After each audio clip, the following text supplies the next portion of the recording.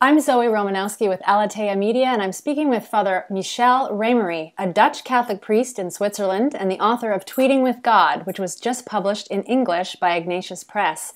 Father Michel, thank you for your time today. It's great to be here. Tweeting with God is a book of tweet-sized answers to questions about God, about life, about morals, and much more. Why did you put all of these tweets into a book, which is an older, more traditional medium, if you will? It started in the parish with questions by young people. So they asked me many questions. We started to discuss those. And in the end of the evening, I would give a wrap-up of the discussion. Those summaries together, I made some photocopies and gave it to the young people. And they said, no, we want it to be a real book. So it's the young people themselves who said we want it to be a book.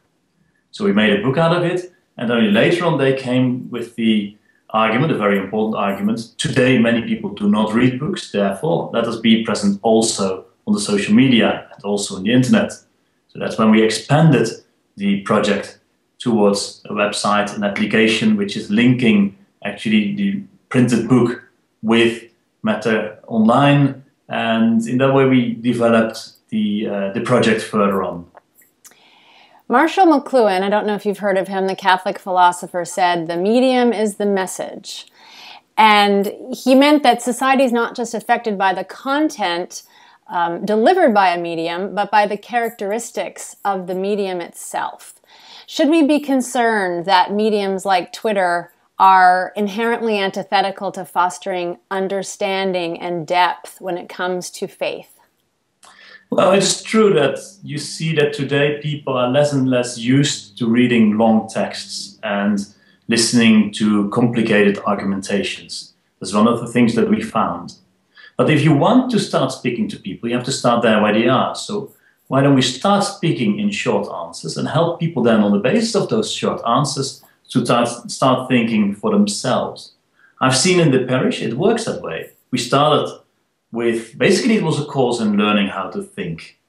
With little sub-questions and tiny answers, we got step by step towards a much bigger answer. And in the end, the bigger answer of our faith is always the logic of the love of God, which wraps everything which you see around you in the world. So it's simply another way to communicate, to a pathway of sorts. Yes, I think that we need to use all the means we have to communicate about the faith. The message of the faith is the same as that which Jesus was proclaiming 2,000 years ago. But the way we speak about it and the means we use to speak about them, they have changed. In his time, Jesus stepped into a boat on a lake. Today, I guess he would be present on the social media, to speak to people.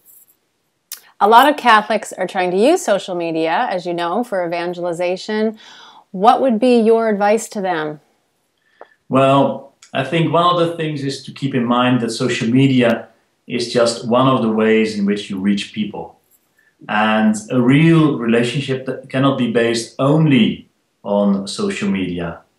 So if you get further in your relationship with people and people are discovering more about the faith, I always tell the people at the other side of the social media, you could say, try to get in touch with your own parish and your own community and your own group, because faith is not something experienced just by yourself or just through the social media, but there's more to it. There's also a community, a real life community, which comes together, and that cannot be replaced by social media. So that's one side. The other side is, I think we need to see how bigger companies are using the social media, how anywhere in the world the media are being used, and try to learn from that what is being done and apply it to that what we have to say. Always careful to be able to tell people about the totality of the message of the faith, and at the same time keeping it fresh and attractive, because it is fresh and attractive. Every day again, the faith is something that people are really looking forward to, even if many of them do not know that they are looking forward to getting to know Jesus. Father Michel, all the best with your book and your ministry, and thank you for speaking with Alatea today. Thank you very much.